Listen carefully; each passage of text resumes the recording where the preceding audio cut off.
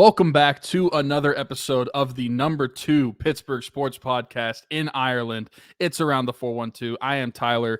With me, as always, is my co-host Smitty. Be sure to go follow us on all of our social medias, Twitter, Instagram, Facebook, YouTube, TikTok. We've got all of it on there.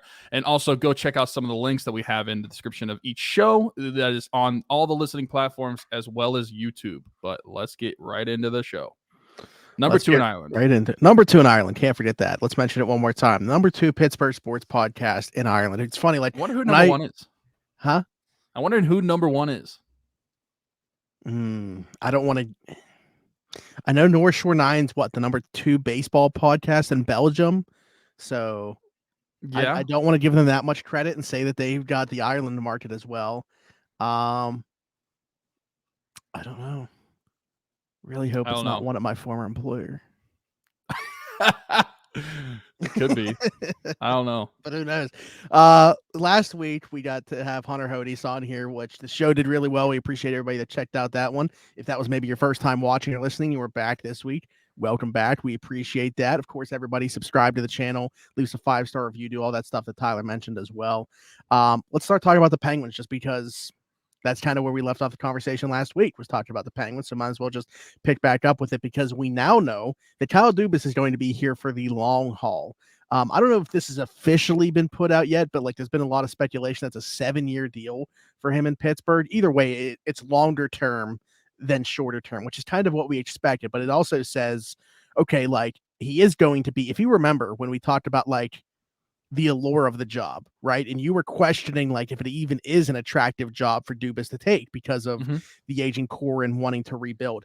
This goes to show he is, in for that though. He's going to have this competitive window, obviously, hopefully in these last few years of the core. And then, he's going to be the guy that oversees that transitional period once that core is gone, to try to build the franchise back up, which is very interesting to know. This is what I was hoping would be the case. And now it looks like it's coming to fruition where Kyle Dubas is going to be the guy running the show for the long haul. How did you feel when you saw that? It was going to be a longer term thing again, not official yet, but people were talking in the ballpark of 7 years, $40 million for Kyle Dubas, which, for a front office executive, he's basically getting paid like a player. But what were your thoughts on this initially when you saw it? Well, like we said, FSG is not going to withhold some of their cash, assuming these numbers are accurate. I think the deal's great. Little did we know that the last thing Ron Hextall was going to do was hand out another long contract. Just kidding. Ron Hextall didn't make this deal. Be responsible for another 7-year deal. Yeah. But, it fits the mold after the offseason we had last year to open up this offseason with another long contract like that. But no, I think it's great. And I think, like you were saying, it fits perfectly into what we were saying and what I was kind of talking about. Does a GM want to, and he's not the GM technically, but does anybody want to come in and do this job just because of how much responsibility you have on 2 different fronts? You have the responsibility to continue to try to win for this core, because we saw last year that the top end players that are still aging but still playing at a high level, they can still win. It's just you have to build the right team around them. And then you have the responsibility of fixing that farm system. I mean, there's almost no prospects that are worth anything in the Penguin system. There's a couple that could be NHL players eventually, but there's not really anybody knocking on the door, at least banging the door down. And then we're several years away from guys like Joel Blomqvist. Or That's Owen Pickering. There's a couple that are worth something, but besides that, it's pretty empty. I think that Kyle Dubas is going to take this deal, or he took this deal because he wants that challenge, and I think it's a good challenge to take on for him. And I think that he is the GM to be able to do it. I thought he had some pretty good drafts in Toronto and got some key players that are. I mean, we've seen how the Toronto Marlies. I think they won the Calder Cup a couple years ago, if I'm not mistaken. And then you see the way he's still able to compete in Toronto with what he's dealing with. I think that it's a good thing that he's here long term. I prefer it that way. It shows that the ownership is like, okay, we're handing you the keys. We have full confidence in you, even though you haven't even made one transactional thing happen. We're going to give you this 7-year deal. We're going to give you a ton of cash, and we trust your plan. I'm assuming he had a plan, and he's not going to be like Ron Hextall that is like, I'm not going to tell you my plan. I'm assuming he laid out a pretty good plan for FSG, and I'm sure that part of that plan was written up after his visit with like Mike Sullivan and Sidney Crosby, and seeing where they are as a team and as a player, and then looking at the organization as a whole after knowing what they want in the next few years as they're getting into the twilight of their career. But I think it's a great move to give him a long-term deal, because I think it's just showing a lot of trust in him, and showing some much needed trust that needs to be repaired from a ownership standpoint to the management, a team of this franchise, and honestly to the fans of this franchise. We're showing like we have full trust in this, and also showing that they care about the Penguins in general. We still need them to give them that Twitter banner, but that's neither here nor there. But yeah, no, 7-year deal, assuming that is the case, I think it's great for Kyle Dubas, and it opens up the door for him to have a lot of success for a long time, and really show what he's able to do as a president of hockey ops for this team. I mean, we'll be in our 30s, and it'll be ushering out a new regime and ushering in another one. So I think it's going to be really fun. We're going to be sitting on here on Around the 412 talking about how Kyle Dubas drafted Nikita Malkin. Like, that's how long we're talking about here. Yeah, I mean, that's in, well, I'm 28 now, so his deal expires when we're 35. So if that 7 years is accurate. Yeah. And Nikita was born, hold on, let's just think about that for a sec. Nikita was born during the first cup run, I believe, because I think there's pictures of him in the cup in the second cup run. Okay. Or something like that. I can't remember which one he was born in. I think it was the first one. So that means that if he was born in 2016, he would be 18 in 2034. Yeah, we still have quite a while. So yeah, that's under the new. That is under the current contract. If it is 7 years for Kyle Dubas. Wait. 2000 what? 2016. He'd be 18 in 2034. Yeah, 7 years from now is 2030. Dude, what am I doing? I don't know. I don't know. I'm trying to. Or 2031, depending on how that would probably be the 2030-2031 season. Well, let's assume Kyle Dubas does well and gets an extension by then. Gets a second contract. He's still gonna draft Nikita. Hopefully, it's the case. Yeah. But really, honestly, the point of me even saying that was just to once again reiterate how sad our lives are compared to Kyle Dubas when you put everything into perspective, where he's at his current age and where we're at. You mentioned the drafts, though. I wanted to bring up something that I had seen just to try to get a gauge on, how he's going to approach this thing. He likes to trade back quite a bit. He ran 6 drafts in Toronto. He's traded back 6 times in those drafts. So he likes to move down the board a bit. Is that something that you think could be in play at 14? Or it's weird to even have a first round pick in the middle of round 1. So this is new territory for us. Obviously, it's a new guy running the show. So we can really only go based off his trends in Toronto. To me, I definitely comparatively, the NHL draft is the one I pay the least amount of attention to. But I just think when you get down to that point, unless it's a player that slides out that really has no business being there, I'm open for business, whether that's moving that pick for a player that can help right now, an impact player for the top 6 or something, because you could potentially be losing Jason Zucker, so you're going to have a spot in the top 6 or something like that. I'm open for that. I would also definitely be open to moving back. Have you even given this any thought? Honestly, no, because I don't really think about the NHL draft too much outside of who's going to be the first 1 or 2 players selected. This year, it's this year it's Bedard and then everyone else. But I think I'm open to it, kind of for the same reason you are. I don't think, unless there's somebody that is falling out, which I did see that there was a name that people think could be falling out of the top 10 who was originally going to be selected high in the top 10. It's Mishkov or something, some Russian name, I think. And he's super. He's probably, that's one of those cases where it's the talent for me would probably be too good to pass up. That is one of the few players that I know. The talent for me would be too good to pass up should he slide. But you're talking about a guy that's definitely not helping in the Crosby window. Yeah. Yeah. And honestly, nobody is, unless you're selecting in the top 2 or 3, and it honestly depends on the draft too.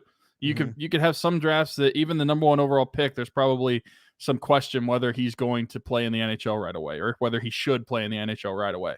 But when it comes to where the Penguins are selecting at 14, like I don't really care if they move back. If Kyle Dubas thinks that's in the Penguins' best interest, and if he views it from a standpoint of, I don't think I'm going to improve the team immediately right away, but I think I'm better suited to move back and help this farm system as quickly as I can, and he thinks that this is the draft to do so, then I'm all for it. I trust him completely with the draft and with the picks. If he wants to trade it, again, I trust him with that. But trading down, if that's a trend that he does, I'm open to it. I feel like this is a question that would be better suited for like Jesse if we had him on, because he actually knows all the players in like the first round at least. And I mean, even more than brought that, up Nikita Malkin. He's got his scouting report ready. So yeah, he loves diving into the draft, and so that's a better question suited for him. But I think that I'm very open to it, because unless you're taking Connor Bedard, no one is coming up to the NHL right away. So if you're not going to improve right away, if you think you can get the better value by trading back and get more players that you think could be NHL players eventually, I'm all for it. Yeah, I was trying to take a look. Actually, I do want to see this real quick. I know people absolutely hate every type of mock draft anyway, but I just want to see like what the latest one even has. And I'm just saying the Mishkov, that's the name I saw on Twitter. So like I'm just looking at his elite prospects right now, and on elite prospects they have the rankings, and there's a bunch of different sites with all the rankings. So I'm just going to go through, not say the sites, but just say the numbers that he's ranked by these sites. Number 3, number 4, number 3, number 4, number 4, number 5, number 4, number 2, number 5, number 3, number 3, number 2, number 3. So he's like a consensus top 5 player on all these rankings, but there is something coming out that he could be falling out of the top 10. I didn't really look into it. Do you know why he would be falling out of the top 10? I'm looking at it here. I mean, he's super light. I don't know if that plays into it. He's 5'10", 148 pounds. At least that's what his elite prospect. Yeah, this latest mock draft has him going at 8. And it even mentions like he's definitely going to fall out of the top 3. They have him as a top 3 player in the class. But they said, but the context of his play in future will see him drop out of that range almost certainly. I wonder why. But a lot of people consider him to be the best Russian prospect since Alex Ovechkin. Won't arrive in North America until Ovechkin's current contract finishes. Okay. Worth mentioning on here, this has the Penguins going Colby Barlow. Reason being they are looking for somebody who can support Sidney Crosby and Evgeny Malkin sooner rather than later on the wing, and be a decent player for them once their order core has moved on. So it kind of sounds like this guy's a lower ceiling type of prospect, but he probably could arrive sooner than most. Okay, well, that's what we thought with Sam Poulin, but here we are. Yeah, for a lot of reasons. Here we are. But anyway, yeah. So I don't know. I'm not glued to the idea of them sticking at 14. It's a trend that Dubas has followed, moving back in drafts. So I think it's worth mentioning and worth monitoring as we get closer if they even hold on to that pick. But just trade the first. Trade it for Connor Hellebuck and call it a day. Hey. There you go. And I wanted to mention a name that was thrown out there for the Penguins. Ryan O Reilly, who honestly in the past, like I've tried to link to the Penguins, but they were in an article today, 3 possible destinations for Ryan O Reilly. They were listed as one of the top destinations, which makes sense considering, Dubas acquired him in Toronto last season. He was very good in Toronto. He always seems like a guy that turns it up a little bit in the playoffs too. Just seems like a better playoff player than a regular season player. Obviously he won the Stanley Cup in St. Louis and was, maybe the biggest reason outside of Jordan Binnington that year that was the case. But what do you think about Ryan O'Reilly? Do you think that there's enough gas left in the tank for it to make sense as, a third line center that could also kill some penalties and play big minutes for that, or not big minutes, but important minutes for them, and then obviously be a playoff performer too? Or where are you at with Ryan O'Reilly? Do you think he's cooked? I don't think he's cooked. I mean, I looked at his JFresh card, after you go. put that in the notes. Mhm. I mean, 89% WAR, and granted, this card was back in February of this year, but 89% WAR, his 86% even strength defense, and 71% offense. I think if you could bring this guy in to be your third line center, that would be a drastic improvement upon what you had last year. Like huge improvement. And I think you're getting a guy that is playing good both ways. I don't think he's fallen off the cliffs. Sure, like he hasn't had the same point total that he's had like a few years ago in St. Louis, but I think that's not what I would be looking for in a third line center role. I think this year he had 30 points in 54 games, or somewhere around 30 some odd points in 54 games. I was looking at it earlier. I would be perfectly fine with that if you get somebody that is efficiently good on defense, can win faceoffs like he can, and I think that he would be a really good player. Also, 83% finishing, 83 percentile finishing. The Penguins could really use that. Yep. And I just think that this is a player that could really improve that bottom six. We talked about it so much that you need to improve upon that. That is what killed this team, that and goaltending. And I think this would be a perfect place to start. I think he would fit the mold pretty well. And I keep saying it, but it just feels so true. It'd be such an improvement at third line center. And really, the improvement that we've wanted at third line center since Nick Menino left in 2017. So I am all for it. So you were saying the 30 points, that was in total? Total, okay. I believe so. Was. I'm looking. Yeah. Which is a drastic fault. Like every season besides 1 year where he only played 29 games in Colorado, he's been a 50-point guy. So that was a pretty drastic fall off for him. But I mean, if you take into consideration, it wasn't a good year in St. Louis. And then obviously the quality of line mates dropping, because when you go to Toronto, you're no longer going to be playing in that capacity. You're not John Tavares. You're not at Austin Matthews. You're not Mitch Marner. You're not William Nylander. Like he was taking on a lesser role in Toronto. So I think, he's probably still a guy that can push for 40 points. And but even in Toronto, he still did have 11 points in 13 games. Yeah. So he improved whenever he got to Toronto. So I think being in a better environment, even though he would be in that lesser role, he's shown that he could score points still. And he would be good on the second power play as well. Yeah, I think the metrics are good. He had 9 points in 11 playoff games this year for Toronto. So yeah, I mean, it doesn't really help with the narrative that the team's old by getting a 32-year-old, but it's a 32-year-old that I could think can still play. Don't give him a 6-year contract, and I'd be all for it. That's the thing. That's a big thing. give him like a 2 to 3 year contract, and I'd be okay with it. Yeah. But all right, unless you have anything else with the Pens. Nope, not with the Pens. Yeah. I think we can move on, but we're going to take a quick break. When we come back, we're going to talk about the Steelers as OTAs continue this week. Couple things to touch on. Actually, basically just straight up stealing content from an article that I saw in terms of one of our topics. Let's go. It is what it is. It's content season. We'll be right back to talk some Steelers.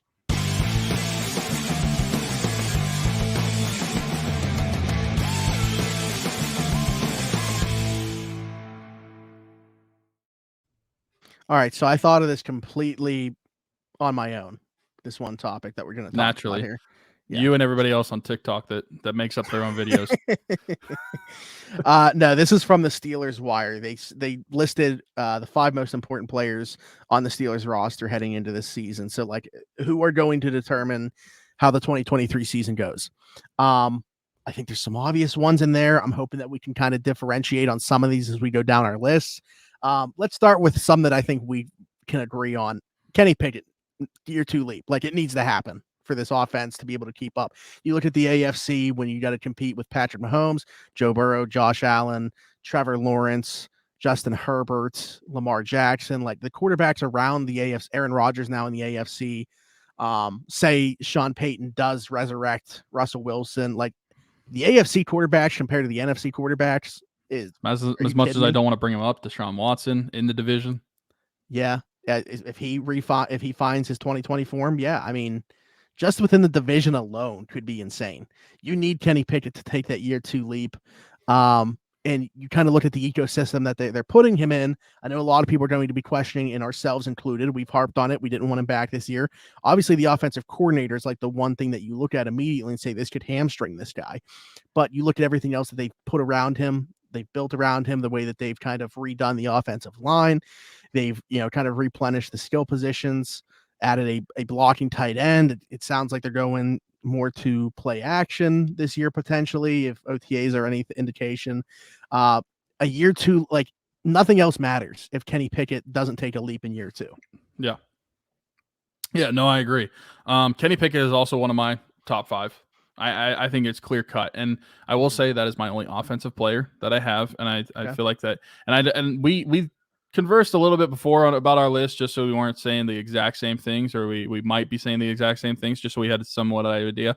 Neither of us are saying offensive linemen either, any of them, and I think that could be surprising to some people, just because you've got a lot of new faces along that offensive line. And so I think as a whole, they're important. I just can't single out one and say that guy is the most important. Yeah, neither can I. But Kenny Pickett is so obvious for the reasons you were saying. How competitive the AFC is at quarterback position, which when you compare the AFC to the NFC now, it's an absolute joke. Yeah, I mean it's like comparing. How many guys from the NFC? I mean, seriously, real quick, not to stray too far away from the topic at hand. How many quarterbacks in the NFC can you fit into your top 10? Like top 10 quarterbacks in the league? Yeah. I mean, Jalen Hurts is obvious. Maybe 2.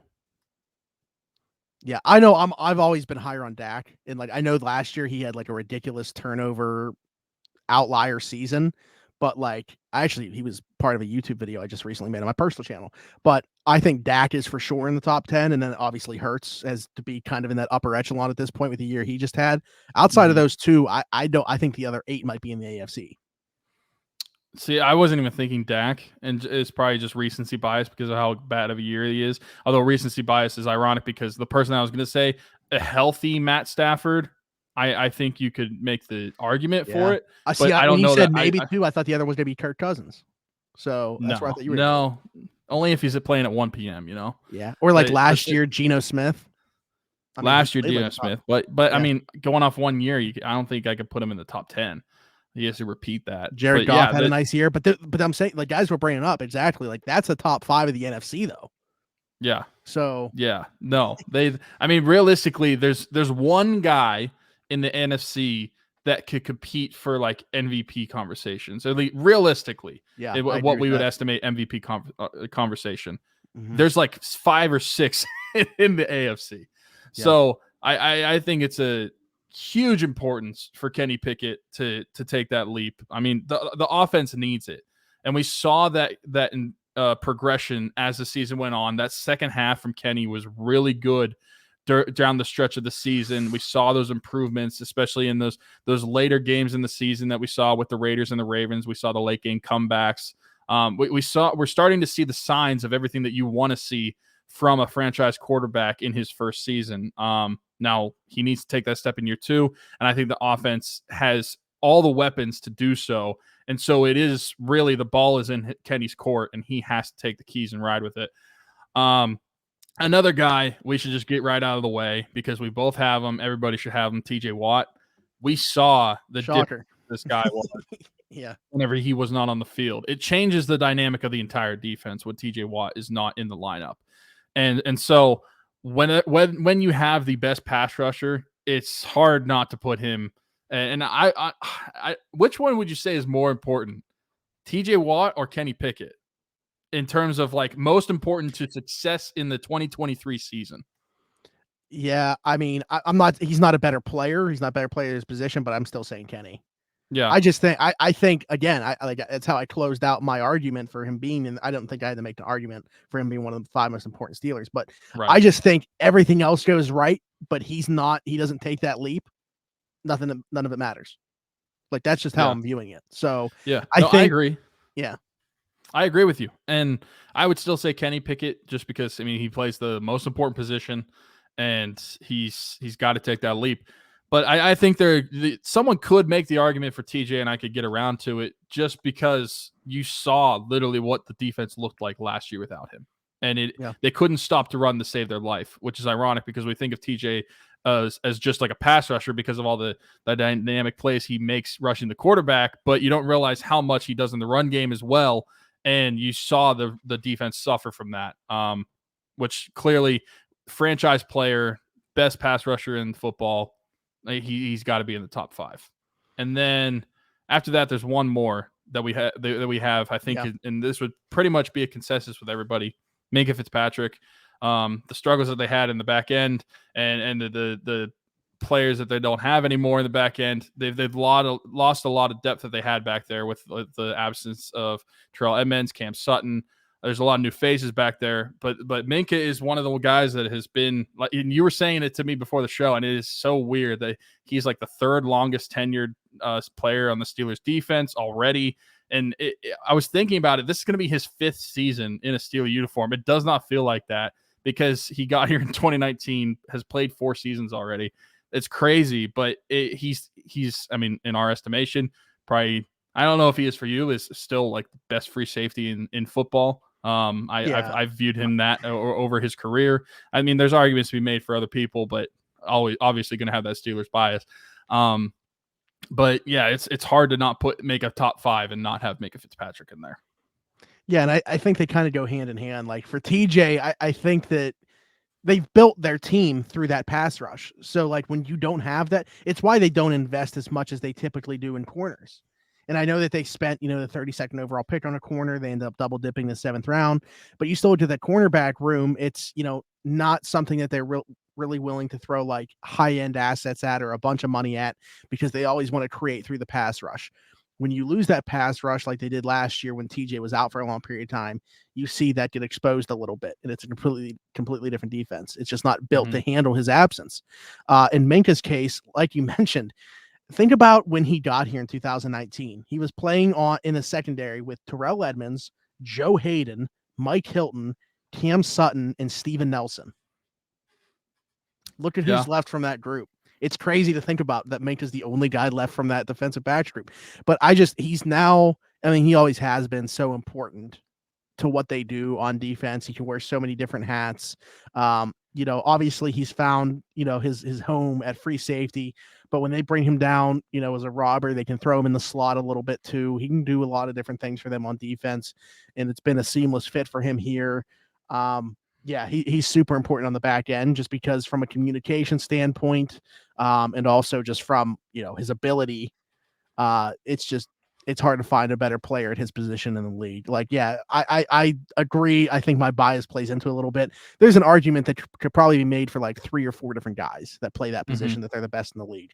But Minkah's certainly one of the top 5 most important players for me for what they're going to do in 2023. If you lose him, you look at that safety group and KZ, and maybe at that point you move Keanu Neal to the back end, even though we expect to see him play some linebacker, or like Trey Norwood. It could get really dicey. The middle of the field and pass coverage down the field could be pretty open. Yeah. Yep. All right. So now maybe we could have some differences here. I want to preface by saying Cam Hayward is the glue of that defense and everything that they do. He's kind of all the highlights, all the credit that TJ gets. I don't know that it's possible without a guy like Cam Hayward doing what he does in the middle of that defensive line. He absolutely is one of their more important players. But for sake of being a little bit different, I want some different directions here just because let's start with my one that I want here with Cole Holcomb. I look at what the Steelers have gotten from the middle linebacker position for the better part of 5 years now, like really since Ryan Shazier got hurt. Devin Bush's rookie season was okay, and it looked like year 2 was going well for him until he tore that ACL. But really, the majority of middle linebacker play they've gotten since that injury has been horrific. I think when you look at the commitment that they've made to Cole Holcomb, 3 years, relatively significant money, they must feel really good about that foot, and they feel like they have their solution here. I think if he isn't, a at least short term, I think they hope he's a long term guy. I mean, still just 26 years old. If he isn't at least the short term solution at this position, and we're having this same conversation next year about off ball linebacker again, I think things went south for this defense. I think you need better linebacker play in 2023 than you've had for the last 5 years, or they're not going to be able to maintain as one of the top 10 defenses in the NFL without it. Yeah, I agree. And linebacker play has to improve. It's been really bad for the Steelers for the better part of like 4 to 5 years now overall as a complete unit. So and when you go from last year, you look at the guys who played the most snaps, all 3 of those guys are gone. So the fact that you have such a turnover and Mark Robinson is probably your most tenured linebacker, that's a little concerning. At least tenured in a Steeler uniform. And I will go to the vanilla answer. I'll go Cam Hayward. I mean, it's hard to leave him off, and I know it probably hurts you a little bit to leave him off. But you had to. Linebacker is very important, but so is Cam Hayward. What he means to that defense and what he means to that defensive front, even at 34 years old, still one of the top 5 defensive tackles in the NFL, which is amazing at this point in his career to still be considered one of those top end guys. And then I think it's important, not just because of what he does while he's on the field, but like you look at if he comes off, a lot changes on that defensive line. There's not a huge amount of depth behind him. I mean, you got DeMarvin Leal, who's kind of like an in-betweener of like, is he an outside guy? Isn't he an inside guy? We don't really know what he is. And then they brought in guys like Armon Watts, and then Braden Fajoku and Montavious Adams. They're more like deep, like nose tackles than actual like D tackles. So outside of Larry Ogunjobi, I mean, Cam Hayward is the clear cut. I mean, Larry Ogunjobi is not better than Cam Hayward. Let me rephrase what I'm saying. But he's the only guy that you really have confidence in outside of Cam Hayward at that position right now. And even then, Larry Ogunjobi, a lot of people probably think he could have not lived up to the stuff, but he got that contract anyway for the Steelers. And so I think he needs to play better into his contract, but this makes the importance of Cam Hayward even more because of the concern that you could have with a guy like Larry Ogunjobi. Cam Hayward is just so important on that defensive front. Like you were saying too, he makes the outside guys' lives easier as well for Alex Highsmith and TJ Watt. So yeah, Cam Hayward, even at 34 years old, still one of the top 5 most important players on this team. I think too, I don't know if you said his name and I missed it, but Keanu Benton, who they just drafted. Keanu Benton, yeah, I did. Like, I think from a standpoint of what I'm going to talk about here with my last guy that I want to bring up, of Cam Hayward's role also kind of being about taking that guy under his wing and kind of helping him in his development. That plays into how important he is too to this team, because he needs to kind of groom Keanu Benton to be the next guy along that defensive line.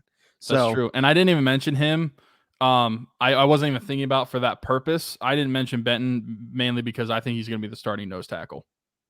Yeah. So I don't even think he's going to be competing for playing time with the likes of Hayward. But it does make sense from just he's on the defensive line with me, take him under my wing and train him. I'm the veteran guy. That makes 100% sense.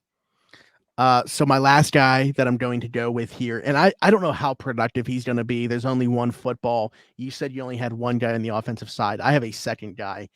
It was mainly because of I saw George Pickens talking about Allen Robinson and kind of just how quickly he's came in here and got the ear of every other receiver in that room and kind of just immediately gained their respect and got their attention. Allen Robinson to me is one of the more important players on this roster, because for a long time we've been talking about needing a leader in that wide receiver room.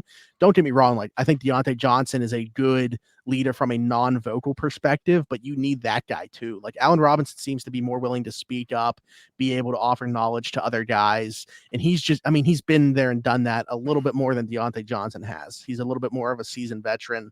I still think he can offer something on the field, but this to me is really more about teaching these guys some stuff in terms of just off the field. Like, I think he's going to be a really good mentor for these guys. Like, maybe physically he can't do everything that he used to be able to, but he can pass along that knowledge to those guys so that they can. So you talk about bringing up, a second year George Pickens. I still think Deontay Johnson could still learn more. I know that he's going into his 5th year in the league, but like, I don't think he's, done learning how to play the wide receiver position. And then you talked about Calvin Austin, who we didn't get to see any love last year. And a lot of people were talking about like that's the guy kind of maybe competing for who's going to see the most snaps in the slot. I think he could help bring him along too. So to me, the addition of Allen Robinson was super important for that wide receiver room. So I think he's important. Not obviously, I do think he, like I said, still has something left in the tank and can help from a football perspective, but also in just helping bring along a group that is very unproven and like very young. Deontay Johnson at 26 without Allen Robinson would have been the elder statesman of that room. So I think it was a very welcome addition. All right. Well, I'll just go to that guy on the defense. Patrick Peterson. I'll say he rounds out my top 5. Pretty similar reasons. Not only because of what he can do on the field, but what he can do off it, training those young guys. Because you look at the cornerback room for the Steelers. I mean, outside of Patrick Peterson, I would say Levi Wallace is the most like tenured or most veteran type of player after him. But then after that, I mean, you have Joey Porter Jr., Corey Trice, and then there's guys like James Pierre, who's had several seasons in the NFL, but hasn't had a ton of playing time, could still use that veteran presence. I mean, Luke Barku, the guy that got brought in a few weeks ago, another young guy that could still use some veteran presence and use that knowledge to his advantage. I think that Patrick Peterson, with the career that he's had, I mean, what better player to be able to come in and teach these young guys how to play that quarterback position for what level he played it at for most of his career. And I think for an on-the-field perspective, I mean, we've talked about him a lot. Like, what's he going to be doing on the field, whether he's playing like outside? Is he going to be playing that slot role? Like we had talked about maybe bumping him into there and having Joey Porter Jr. and Levi Wallace on the outside. I mean, that's still to be seen, and that will be revealed as the summer goes on and we get into camp and everything. But I think that there is definitely some questions as to like how can Patrick Peterson best fit this team and best be a productive player in this secondary. But also, like you're saying, with Allen Robinson and the young wide receiver core, he can usher in a new cornerback core for the Steelers and really be a veteran presence for them and teach them a lot as well. I mean, what a better guy to lean on, especially for, Porter Jr. and Trice coming in, just because like you look at Peterson was kind of an anomaly for a good portion of his career. Like with how big he is, you don't see corners like that typically. Like obviously everybody immediately points to like the Legion of Boom corners with Sherman and Browner, but like at Peterson's size, like there weren't many guys like that play in the position. And now it's obviously becoming a little bit more regular, these 6'1", 6'2" plus corners. But yeah, I mean, what a great mentor, second most interceptions among active players. Like this is, the guy to learn from. So I think that's a great pick. I think we covered a lot of bases with our picks here. I'm glad you went Hayward. If I wasn't going to and you didn't, we probably would have gotten a ton of flack for it in the YouTube comments. I had to put some respect on his name, Yeah, absolutely. Have to. And I think, honorable mention, the entire offensive line. Yeah, like I said, we didn't pick out a single player, but they're going to be very important. And I feel like every Steeler fans knows this if they've watched the Steelers since 2019. That offensive line is a very important position. And so, yeah, we didn't pick one player, but that unit as a whole and protecting Kenny in year 2, Kenny's not going to be able to take the leap we want to if he has a bad offensive line in front of him. So that is a super important group.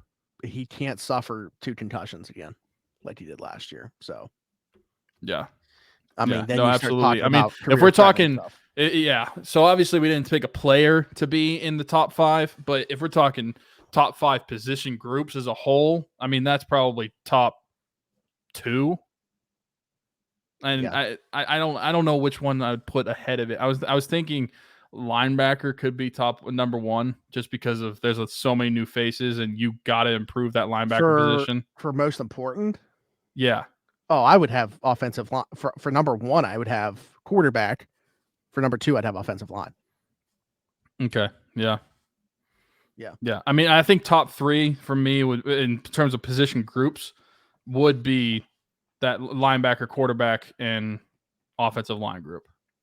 Those are the 3 I think that are most important. And linebacker, I feel like, is the oddball because it's like we don't know what to expect from linebackers because we're not getting the same group back unless we're throwing Mark Robinson out there. We don't know anybody out there how they're going to play as a Steeler. So I don't know. A lot of new stuff, but it's fun. Switching topics, still Steelers related. Do you take any, are you taking any consideration at all, or is it just OTA talk? There's been a lot of smoke about it looking like the Steelers are going to incorporate more play action into the offense this year. You kind of look at the personnel that they've added as well. It would make sense. I mean, finally, if we can get with the times, that would be great. But are you believing that this is going to be the case, or do you think this is just like, it's June, football in shorts, and it's just something to talk about? I think I'll give my reasoning why. I think it's June, it's football in shorts, and I think it's something to talk about because Matt Canada is still the offensive coordinator. We've expected it to change since he came in. We expected it to change whenever we got the young quarterback. Honestly, looked a lot of the same plays, looked a lot of the same designs. So I just don't really expect them to make a huge change to this offense, even with Kenny in year 2. Like, obviously, he'll have more trust in Kenny, but I think you saw that as the year progressed last year. Now, are they going to change the playbook like that? My gut is just saying no. This is probably just like some summer talk while there's like a dead period before we get to camp, just because I don't really trust that Matt Canada is going to change up the offense that much. Yeah. It's tough. I mean, I can't disagree with you.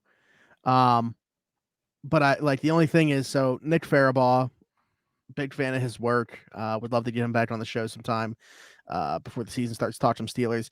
In his article today for Steelers Now, his like takeaways from OTA, we're talking about some like noticeable schematic changes to Canada's offense and talking about using more play action. So that's why I'm asking. Like, I again, do we see it play into actual football? But he's just like in this article, he talks about how it's definitely been noticeable, the usage of it. And again, like I understand what you're saying about Canada, but like, year 1 of Canada was with Ben. So, nothing, we really wouldn't have known what Canada really wanted to do. And then last year they obviously had like the quarterback transition, like, which they didn't really handle all that well, in my opinion. And I think a lot of people agree with that. Like, the timing was really weird. They weren't giving Kenny the reps ahead of time and then throw him in there. Mm-hmm.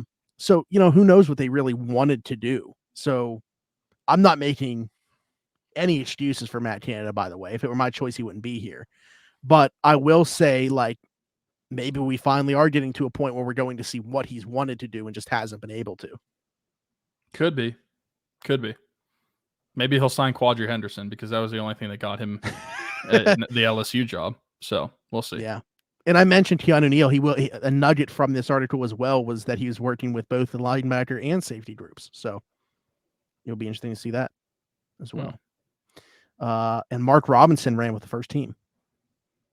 That's good. I think I saw some signs of things I like with Mark Robinson's limited snaps and and he had like playing. There was a highlight interception that he made at OTAs last week, I guess. So but it was with Landon Roberts and not Cole Holcomb. So interesting. Yeah, we will see how that goes too. And then the last thing I believe that I had Steelers related. Oh, Kevin Dotson's comments. This is good. I saw you put this in the notes, and I haven't seen his comments. So this is going to be breaking news to me. There's two different things to talk about. It'll be breaking news to me. So I'm ready for it. On one hand, he was talking about himself and where he's at with the Steelers. He said he's kind of resigned to the fact that he's a backup if he remains with the Steelers, because when you go out and like when they first brought in Herbig, it was kind of just like a competition thing.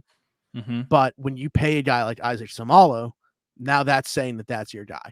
So Dotson has kind of become resigned to the fact that he's a backup for this team, or he's not going to be on the Steelers, which, by the way, that's horrible to say. Like, I would still hope that he has the mindset that he can win this job, because like at this point, if his mindset really is that he's just resigned to being a backup, you're lost. You've lost the battle. Your mindset always needs to be that you can win the job. You think like Trubisky in his mind is still probably coming into this year to thinking, I know that he knows he's Kenny's backup, but he's still going to go out and compete as if he's going to be the starter. Yeah. So I don't like that comment from Dotson, but that's about himself. So whatever. He was also on a podcast talking about the Dan Moore and Broderick Jones situation. And he said that he wouldn't expect to see Broderick Jones this year. He thinks that Dan Moore is the starting left tackle for this team. And I think people took it, and Alan Saunders was talking about this, and I think he made a good point. I don't think it was a negative towards Broderick Jones. I kind of agree that I don't necessarily think Dan Moore played bad enough to like just straight up lose his job. Sure, adding competition to it, and I have no problem with the Broderick Jones pick. I like it, especially for the longer term. But like, I don't think if there was another area of need and the Steelers addressed it, if we were going into the year thinking Dan Moore is the starter, I'm not like terrified of that. Like, I think that he's potentially a starting tackle in the NFL. So I think it was more of that, a testament to Dan Moore, than it was a knock on Broderick Jones. But I'm just like, why is he even saying that? Like, why is he saying that he doesn't think Broderick Jones is going to play in year one? Dude, because he's a backup. He doesn't care what he says. Hand in hand, yeah. Yeah. No, okay, his first comment, whatever, dude. I mean, if that's the way you feel, then go ahead. You should, I can't believe he wasn't traded already. You should still prepare like you're going to be the starter, but if you think you're the backup, I mean, you just know what everybody else is knowing at that point. So kudos to you for thinking that, because you are the backup. Second, the Dan Moore and Broderick Jones comments, I mean, I don't know why he feels the need to say that. I completely understand the mindset. And I did actually see something now that you mention it, where I didn't know it was related to Kevin Dotson, though. Someone was talking about not Broderick Jones. Dan Moore deserves the job. And I didn't know where that conversation was coming from. Now I understand it. First off, no, I don't think anybody deserves a job. You have to earn the job. Second, I do think that Dan Moore Jr. could be the starting tackle, and that's what we said from day one whenever the Steelers made the pick, that Dan Moore Jr. very well could be the starting tackle when we open the season and throughout the season. Broderick Jones is not going to be a guy that comes in and starts day one just because he was the first-round pick. I don't think that's how it should work. I think it's a good, healthy competition at your left tackle spot, and I think that it could push Dan Moore to be a better player, just like it'll push Broderick Jones to be a better player in year one. I think that I'm very open to whoever wins the job wins the job. I don't think there should be an incumbent starter in Dan Moore, but I also don't think that there should be a guaranteed starting spot for Broderick Jones just because he was the first selection. I think the competition is very healthy, and it'll push to make the best offensive line and put the best guy for that week at that spot. And so from why he said it, no idea, but I don't necessarily disagree with the sentiment either. Yeah, I'd have to agree with that. And also, we've already seen the impact that it's had in terms of Dan Moore's mindset, gotten in better shape, started taking reps at right tackle. Like, he's realized, okay, if I like want to really commit to this thing, if they're drafting this guy, I got to get more versatile and show them that I'm serious about not wanting to give up a spot. Yeah. So, yeah, I think that it kind of could be a three-way competition, including Chutz's spot. If Dan Moore is going to be able to take a right tackle spot and Broderick is playing that well, maybe he's, well above where we expect him to be early on. So be it. It's about playing your best guys, like you're saying, whether that is, a veteran of 3+ seasons or a rookie. If Broderick Jones is the best option at left tackle, great. Hope he is sooner rather than later. If it's Dan Moore to start the season, I don't think it's the end of the world. I agree. Absolutely. All right. What is the end of the world is the Pittsburgh Pirates losing 2-3 to the Oakland A's, and we will talk about that and their recent stretch when we come back. Don't go anywhere else.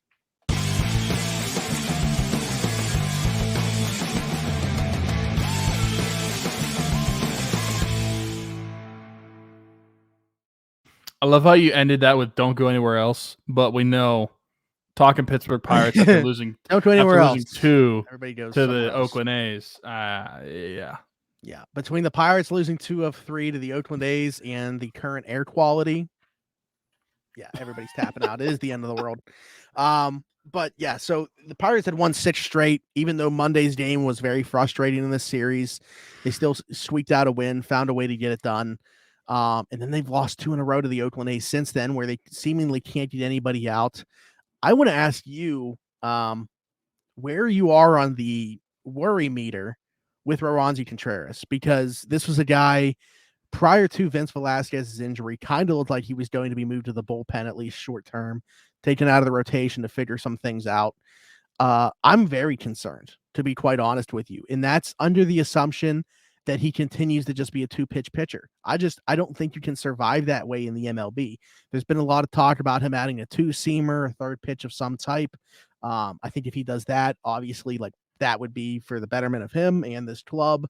I think he's got to find a way to do it. I would have, you obviously hate to see that try to be experimented with in season, but it's very necessary. So if he wasn't going to do it in the off season, if it has to happen now, so be it.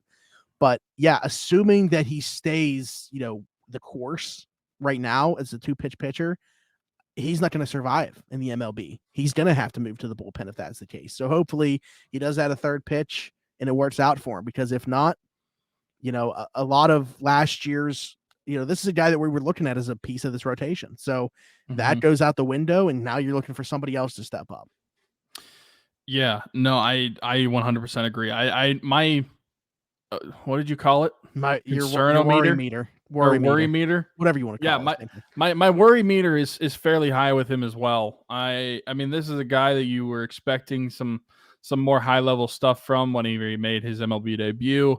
And you saw some of this stuff, but I feel like, I don't know if there's necessarily a regression. There's been a regression, but you haven't seen a progression with him either. And I think that's the biggest concern. Like you're saying, he only has 2 pitches. And if those 2 pitches aren't working, we've seen that he gets rocked.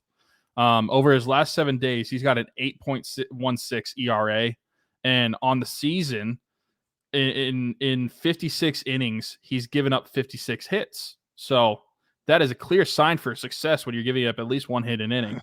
And his ERA on the season is 4.82, and that's continued to just like get worse and worse and worse.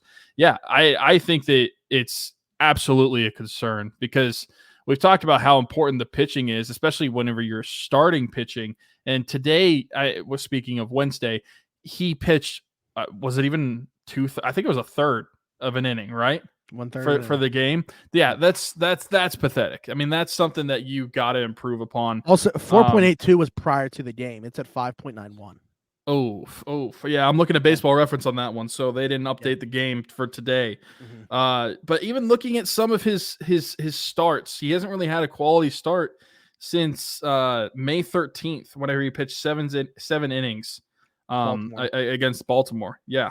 But since then, 4 innings, 2 innings, a couple 5 innings, but he's been getting rocked, which I think is the problem for a lot of it. Is he doesn't have that pitch development to add that third pitch, and I feel like 3 pitches should be a minimum if you're a starting pitcher, because of how many times that you're expecting to see these guys in the lineup, and you're going in and out of the lineup. Guys are going to be ready if you only have 2 pitches. If you can't change it up that much, they're going to know what you're throwing, whether it's a curve or whether it's a fastball. There's not a lot of shaking it up with him. So that is a huge concern for me. And like you said, if you're only going to have 2 pitches, you better be just like a specialist out of the bullpen and instead of a starter. I think if you're a starter, you need a minimum of 3 pitches, if not 4 at this point, because of how many arm talents there are in the MLB nowadays. I feel like 3 should be your absolute minimum. But the fact that he's been getting rocked and has had terrible outings for the last couple weeks, that's a huge concern, because this is a guy that you were wanting to be one of your better pitchers, not only just on the team this year, but like in your system. This is a guy that came up and you thought he was going to be one of your better pitchers, and it really hasn't panned out to be the case. Now, whether that's on solely him or if that's on pitching coaching as well, like they can't help him develop a third pitch or whatever, I don't know. But they need to do something, because otherwise he shouldn't be thrown out there, because you're going to get results like today against the A's, where he lasted a third of an inning. I loved your tweet, by the way, whenever you said "an out." Yeah. So, I mean, he's made 12 starts now this year. This was his 12th start. 8 times he's had less than 5 strikeouts. To me, that's like the big thing. Like, I thought strikeouts were going to be a big part of his game. I thought that was going to be the way that he puts hitters away. So when you're not missing bats, to your point, what you said earlier about like progression and regression, I think the fact that he hasn't progressed to the point of adding a third pitch is him regressing, because you're going to see teams be able to continue to, like you're mentioning, okay, first time through, maybe, although lately we've seen that not be the case, maybe you are able to get by with that. The second time through, the hitters are MLB hitters are too good. They see your stuff once, they know what to expect. Mm-hmm. So you got to find different ways to get guys out. He just with that pitch mix, if you even want to call it that, isn't able to do that. So yeah, I'm very concerned. The other thing is, like, I don't know what the solution is right now, because with no Velasquez, it kind of really limits what you can do. Like, is Quinn Priester about to be brought up, sooner than we expect because of this? Friend of the show, by the way. Yeah, I go back and people can watch that. But I don't know what the solution is, unless, again, you are, I'm not saying rushing Quinn Priester, but unless you're bringing him up earlier than we expect, I don't know that there is a solution right away. There's not an easy fix. That's what, you're gonna have a bullpen game. You don't have enough starters. Yeah, unless you want to have a 4-man rotation. Yeah, which honestly, it might not be a bad idea if you're going to get terrible outings every single time. Or you can do what we've seen some other teams do, especially Tampa Bay kind of made this famous, like having a, what do they call it? Not a starter, but the guy that only opener. Yeah.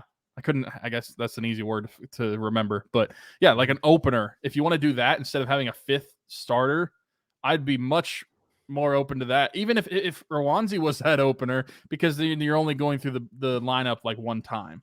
If you're only going to have those 2 pitches, I would be more open to experiment with that than I would having him as the 5th pitcher right now, because he's getting rocked. And the Pirates, even though they were on a 6-game winning streak, which we've been in a lot of doom and gloom since we started talking about them, but they were on a 6-game winning streak, but that was followed up by 2 terrible losses to the Oakland A's. I saw somebody tweet this today. Dang, I can't remember who it was. I wish I'd give him credit. That was like, this Pirates season has been a lot like the 2020 Steelers, where it's like, you look at their record and you're pleasantly surprised, but you actually watch a game happen and you're like, there's no way this is going to hold up. Like, this team isn't one of the best teams in the league. The Pirates absolutely should not have the record that they do when you just look at it in totality, not just recently, not just April, not just the month of May either. Like, they're also not that bad, but they are probably a max 500 baseball team. And I think it will reflect that way at the end of the season. But right now, looking at it, you look at them and they're in a playoff spot right now. Like, their record shows an overachiever, but you can turn them on and watch any given game and see, this is not a team that should have this record.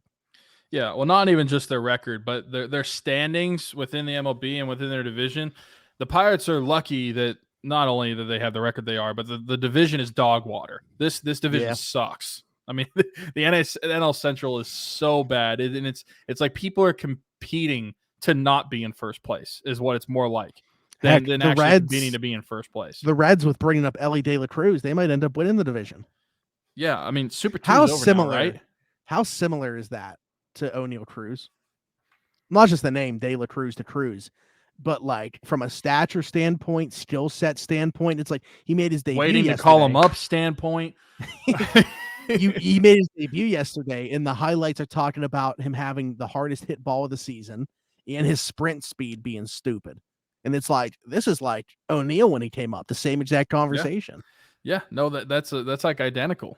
And that sucks that he's in the division now, and he's actually at the MLB level. Awesome. But he's a fun player to watch, and I think that it's a very similar situation. But now that we're in the Super 2 talk, I mean, who can the Pirates bring up that could add some value? So, this was interesting. I know a lot of people that think Davis is not going to spend much time in AAA, and he's going to beat Endy to the majors. Oh, really? Mm-hmm. Like, I'm talking like 2 weeks. 2 weeks? Mm-hmm. That's like some Mike Trout stuff. I mean, they drafted him as a college bat, and all the talk was how advanced he was, and he should get to the majors sooner rather than later.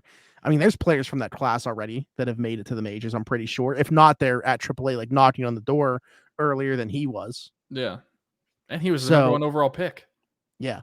So as a college bat, like I think so I don't think it's out of question. I'm curious how the organization is viewing those two, but I'm also curious. I think it's going to be pretty telling who we see catch more over the next couple weeks, who ends up being the first guy called up. But I do think one of them is definitely coming within, the month of June. Well, I don't know. I think it's really hard to bring up a catcher when you have Austin Hedges behind the plate. I don't know. I mean, even really Jason make DeLay hasn't been like. I don't think I can make the give a reason why we need to bring up our number one overall pick when we have Austin Hedges and Jason DeLay as our tandem back there. Yeah. They've shown nothing but good defense, strong bats. I think that they're in a great spot behind the plate. I don't think enough people talk about it. I think Austin Hedges is obviously horrible offensively. I'm not saying he's as bad. DeLay's pretty dang bad defensively. But he's batting .301. Yeah. That's the flip side. Again, okay. He's basically the player standpoint to me of the Pirates record. Like, there's no way that's holding up. I don't view Jason DeLay as that type of hitter. He's batting .301, but his defense is awful. Yeah, it's a mirage that he's batting. Meanwhile, Austin Hedges is batting .176. Yeah. But the thing is, like, when one of those guys comes up, Hedges is staying the backup. Like, it's Jason DeLay that's going to lose that spot, which honestly makes sense. Like, I know people probably don't want to hear that, but a defense first catcher, like what Hedges is, it's the ideal backup catcher. He's just playing way too much. He shouldn't be a starter. He should be a backup. Dude, this really makes me miss Stallings. Watch him catching. Man, does he stink now though? But Pirates. But like him in a Pirates uniform. Yeah. That version of Stallings, he was a great catcher for us for his limited time here. Mm-hmm. Well, oddly enough, a lot of people kind of compared his career to the way that Jason DeLay's was, because like he was about to retire from baseball, Jason DeLay. And Stallings, look how long it took him to, like, a super late bloomer. When he was like 29, basically, by the time he became the Pirates' number one catcher. So pretty much. But yeah, I'm also, while we're talking about former Pirates catchers, can we talk about what a freaking jagoff Eric Kratz is on Twitter? I don't know that I've paid any attention to this. He's like a douche on Twitter. I might have to look into this. Why? Like what? I think he's super hardball, like old school hardball. Okay. And he's just rude to fans online, I think. Is it like, does he host a podcast or something? I don't think he hosts I've just seen tweets. Okay. I was just wondering what, like, so it's not even to try to like get interaction for anything. I don't think so. And I'm pretty sure it was Eric Kratz. By the way, Eric Kratz, Homer. He hosts something. It's in his does he? Baseball the Way It Should Be Covered and Real Conversations with MLB Studs, Monday through Friday, 1 p.m. Eastern. Huh. Foul territory. Yeah. Also, I'll give a little props to Eric Kratz because I remember that who did he hit it off of? I don't think it was Noah Syndergaard. That solo shot in like the bottom of the 8th inning against the Mets, I think, because it was him and who was pitching? Was it Jeff? Wait, Locke? Are you talking about he hit a home run off Mad Bum Mad Bum? That was it.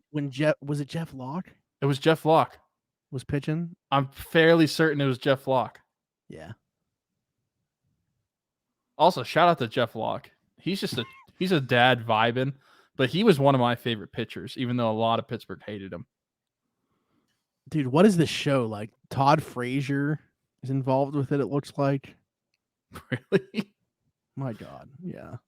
Also, shout out to Kutch for still having a .381 on-base percentage. Yeah, 2 more hits. That's what he needs. Got 1 today, but... Do you think that he will be extended past this season? With the Pirates? Yes. Yeah. And do you think that because you think he's the veteran presence they need or because of his play as well? Both. I think, it's also going to give him, like, I know he wanted to come back and, like, win this year. And, like, again, they're kind of overachieving. Maybe they do stay in contention for a playoff spot throughout the entire year. Maybe by October, Roansy figures out a third pitch. Maybe, yeah. But like next year should be a shot for him to make the playoffs again with the Pirates. So like I think it would, it gives him that opportunity again. I mean, well. I think I've said this on the show. If I haven't, I've at least said it to friends. I would be all for basically just giving Kutch 1-year contracts until he wants to retire.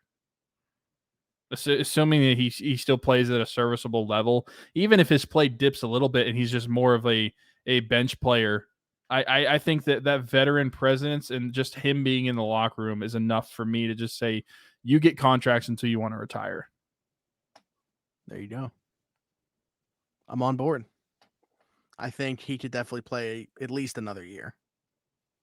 Yeah. His game just, I mean, you talked about like the on-base percentage. He just has such a good eye for the plate. Better than any umpire in the league. Like he's going to draw walks, even if the bat speed is still there. You see how quickly he can get those wrists around.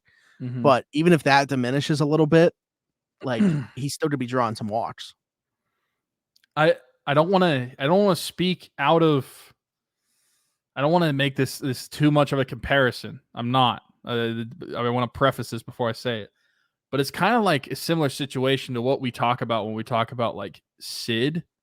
Whenever his like obviously aging, the speed and certain physical attributes are going to diminish, but he's still the smartest player on the rink. And so I think it could be that's kind of like what we're talking about with Kutch. Like even though he's diminishing as a player physically, potentially, like he still is just he's still gonna have that. You gotta have that game. Trump card, that one thing. Like with Kutch, it's gonna be his vision, his eye for the plate. With Sid, obviously, his ass. Yeah, exactly. His ability to protect the puck on the boards better than anybody else. Using his what? You said it best. I can't top it. Nor will I try. But all right. I think that about wraps it up unless you got anything else. No, just Connor Joe is a daddy. That's it. Not an actual dad. He's daddy. Oh. Yeah. Okay. I don't know where that came from. I don't know. He's just fun. I like his hair. His hair is wild. It just always looks wet. Who leads the team? That was a dumb question. I was about to say, who leads the team in homers? And it's Jack Sawinski, because it's either a homer or he strikes out. So, I did want to mention, as Tyler said, we are still have some links and stuff in the description of this. You guys know them by now. There is a senior at Central Valley, where I graduated from, as well as he goes to church, the same church that my mom goes to, that's doing his senior project through Samaritan's Feet. Not sure if you guys are aware of their mission at all, but basically they take any new or slightly used shoes and put them to good use. If you have any shoes lying around that fit that criteria, that's something we probably have taken for granted our entire lives, having a pair of shoes. Yeah. Not everybody does. So this is a way to give back and a great cause. We will have the link to SamaritansFeet.org right in the link or the description of the show, whether that's on YouTube or on any of our listening platforms. So be sure to check that out. Give Joseph, all the help he needs in making sure that his senior project is successful. I'll be donating to this. So hope you guys join me. Check out our YouTube soon. New stuff going to be coming out. Yep. You might see a third face involved with it as well. I mentioned that Sarge could be doing some stuff with us, which I think he's probably more excited than the two of us are about that. Just kidding. We'll find out. We're going to find out if he watches or listens to this entire show based off if I hear about that remark. We'll find out. That was a test. That is a test. But all right. Thanks for watching or listening to this episode of Around the 412. Oh, couple of things to bring up. Obviously, bringing in Kyle Dubas, we got to get some more Pens talk going on here in the near future. Not next week, the following week. Josh Getzov, the voice of the Pittsburgh Penguins from the radio side, will be joining the show. He just joined my boys Trey and Vinny's podcast, Athletic Aesthetic Podcast. So go check them out as well. But he was just on there. I don't know if you guys saw it. Great intro. Like Josh's ability to snap into, it's almost like a character. like snap into his play-by-play voice was insane to watch it take place. But yeah, we're gonna get him on here and talk, because they didn't really talk that much hockey on there. It was more about just like his career and stuff like that. So we're gonna dive into some specifics with Kyle Dubas and see how excited he is to be calling games for that organization. But yeah, we're really excited about that. So check that out in a couple weeks. But obviously, we still have one more episode before that, so don't skip out on that one just to listen to the Josh Katzoff one in a couple weeks. But subscribe here, like here, leave a comment down below, hit the notification bell so you don't miss anything. Leave us a 5-star review if you're listening somewhere else. Subscribe wherever that might be. All that good stuff that I bring up every single week. For Smitty, for Tyler, this has been Around the 412, and we'll see you next week. Bye-bye.